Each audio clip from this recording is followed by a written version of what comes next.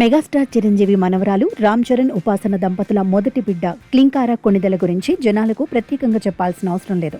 ఏ ముహూర్తంలో ఈ చిన్నారి మెగా ఇంట్లో అడుగుపెట్టిందో అప్పటి నుంచి ఆ ఇంటికి అదృష్టం పట్టిందని చెప్పడంలో ఎటువంటి అతిశయోక్తి లేదు. వివాహానంతరం దాదాపు 10 ఏళ్ల తర్వాత ఉపాసన క్లింకారకి జన్మనిచ్చింది. ఇక ఎప్పుడెప్పుడు ఈ చిన్నారి ముఖం చూస్తామా అని మెగా ఫ్యాన్స్ 1000 కళ్ళతో ఎదురుచూస్తున్నారు. ఎట్టకేలకు ఆ సమయం రానే వచ్చింది. 3 ఏళ్ల తర్వాత చరణ్ ఉపాసన తమ గారాల పట్టి క్లింకార ముఖాన్ని అభిమానులకు చూపించారు. ఎన్నోసార్లు క్లింకార ఫోటోలు సోషల్ మీడియాలో లీక్ అయ్యాయి. బయటకు వచ్చినప్పుడు ఆమె ముఖాన్ని దాచడానికి చరణ్ పడిన కష్టాలు అన్నీ ఇన్ని కావు. తనను ఎప్పుడైతే నాన్న అని పిలుస్తుందో అప్పుడు తన కూతురు ముఖాన్ని రివీల్ చేస్తానని చరణ్ చెప్పాడు. చెప్పినట్లుగానే పెద్ద సమయంలో క్లింకార చరణ్ని నాన్న అని పిలవడమే కాదు, ఐ లవ్ యూ కూడా చెప్పింది. ఇక ఆ వీడియో చూసిన ఫ్యాన్స్ క్లింకార ముఖాన్ని చూపించాలి అని చరణ్ని కోరారు.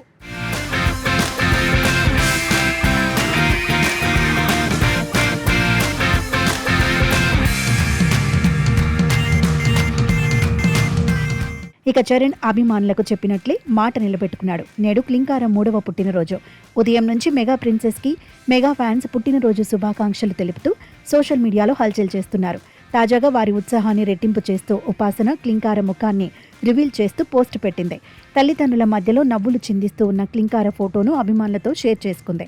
Blue and green colour frock వేసుకుని తలపై చిన్న వైట్ బో పెట్టుకుని మెగా ప్రిన్సెస్ చాలా ముద్దుగా కనిపిస్తుంది.